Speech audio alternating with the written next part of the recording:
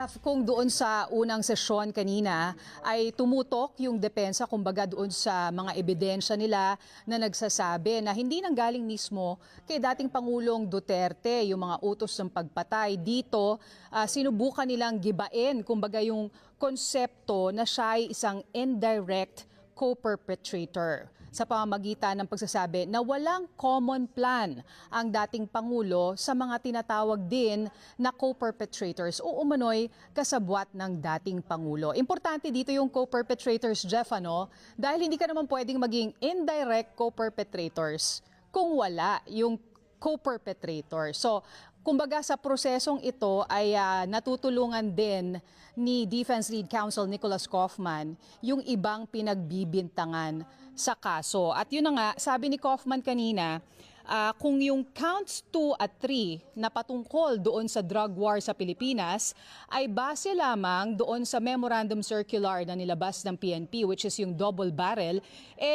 magaligpit na daw tayo at umuwi na dahil hindi guilty ang dating Pangulo.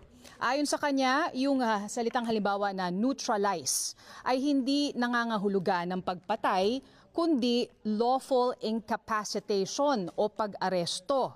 Binanggit niya rin ang 2016 media interviews ng mga co-perpetrators na sina Senator Ronald Bato de la Rosa na noong PNP chief ay sinabi umano na you will die if you resist. So kumbaga kung ikaw ay manlalaban, pwede kang patayin ng mga pulis. Sinabi rin umano ni dating Chief or Justice Secretary Vitaliano Aguirre sa media na ang polisiya ng Duterte administration is the use of lethal force in self-defense, no killing of unarmed offenders.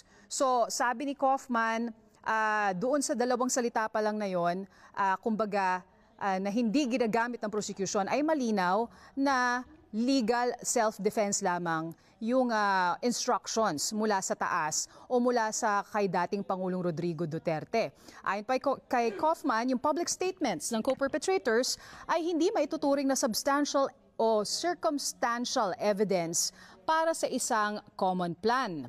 Ayon pa kay Kaufman, yung dehumanizing language ng dating Pangulo ay hindi nangangahulugan ng criminal intent. Ito yung mga salita ng dating Pangulo na ang mga kriminal o yung mga may kinalaman halimbawa sa droga ay parang o itinuturing niyang parang hayop at salot sa lipunan. Ayon pa kay Kaufman, yung mga pinakita ng prosecution, halimbawa yung larawan ng mga photojournalist, yung Pieta, ay hindi rin sapat para sabihin na nagkaroon ng agreement para sa isang common plan. Yung mga akusasyon naman ng prosecution tungkol sa impunity o kawalan ng pananagutan, puro hearsay lamang para kay Kaufman. At syempre, binanggit niya rin yung 2017 accomplishment and year-end reports ng Duterte administration na pinagbabasihan ng prosecution na nagsasabi na 3,967 ang namatay sa mga police operations. Ayon kay Kaufman, parang iniwasan ng prosecution na sabihin na nasa 118,287 yung mga kabuuang pag-aresto. So parang para sa kanya ay mababa yung bilang ng namatay at hindi basis para sa murder policy. Sinabi rin niya na sa page 28 ng naturang report, sinabi na 1,900 ang drug-related investigations na isinagawa ng PNP, 375 ang dinisbis na pulis ng Caloocan dahil sa kaso ni Carl Arnaiz, yung isa pang binatilyong napaslang kasama ni Kian de los Santos sa Caloocan City. At 1,000 tauhan ng pulis sa Caloocan ang pinadala sa retraining. Ayon kay Kaufman, quote, this is testament to the administration's respect for the rule of law and intolerance to rotten apples in the police. Ayon pa kay Kaufman, yung EJK na modus operandi kung saan kadalasan ay sasakay ng kumbaga ng motorsiklo, ang mga nakaitim na mga kalalakihan na nakatakip ang mga mukha, ay parang hindi rin daw consistent kung ang Duterte administration ay proud na proud doon sa polisiya nito sa pagpatay. At sabi pa niya, ang conspiracy kailangan ma-establish at hindi sapat, kumbaga, yung mga public pronouncements o statements. Wala rin daw proof of interaction or criminal collusion. Tinira rin niya yung mga star witnesses na tinawag lamang sa mga pangalan o alias na P1 at P3.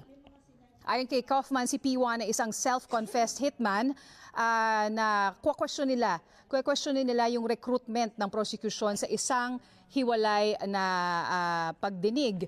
Pero ang sinasabi nitong si P1 ay pumapatay si Duterte ng mga kontra sa kanya, parang political opponents. Si P3 naman sinasabi na pinapatay ang mga intelligence assets na parang pinagdududahan na pwedeng kumanta at yung listahan daw ay galing sa mga kagawad ng barangay. So ayon kay Kaufman, hindi na naman napatunayan yung common plan, kundi plano ng iilang barangay officials. Panghuli, Jeff, ito, yung statistics ng mga pagpatay pagkatapos ng Duterte administration, ayon umano sa Third World Study Center ng UP Diliman, ay lumalabas na noong 2022 hanggang 2023 ay may 342 na pagpatay sa Pilipinas at 160 dito ay dahil o nasa kamay ng mga otoridad. So ang sabi ni Kaufman, yan ay nangyari na pagkatapos ng Duterte administration